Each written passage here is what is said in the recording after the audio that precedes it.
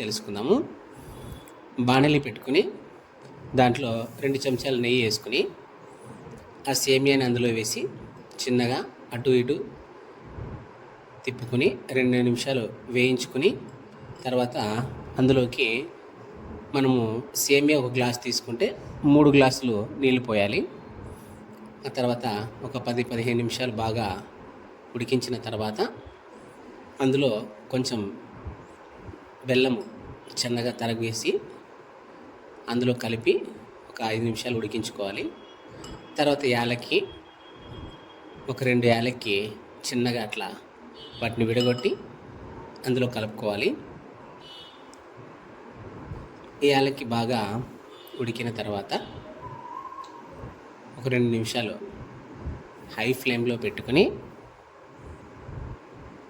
తర్వాత కొంచెం మంట తగ్గించుకొని సేమియా ఉడికింటుంది.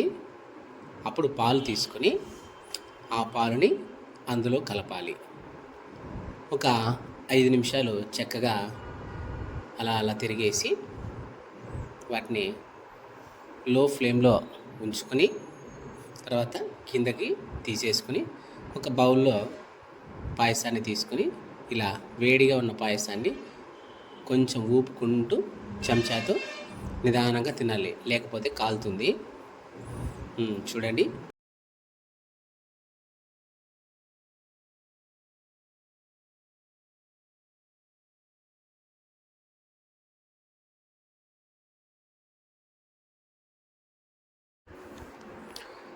వేడిగా ఉన్న పాయసాన్ని బౌల్లో తీసుకుని చక్కగా ఆరగిద్దాం.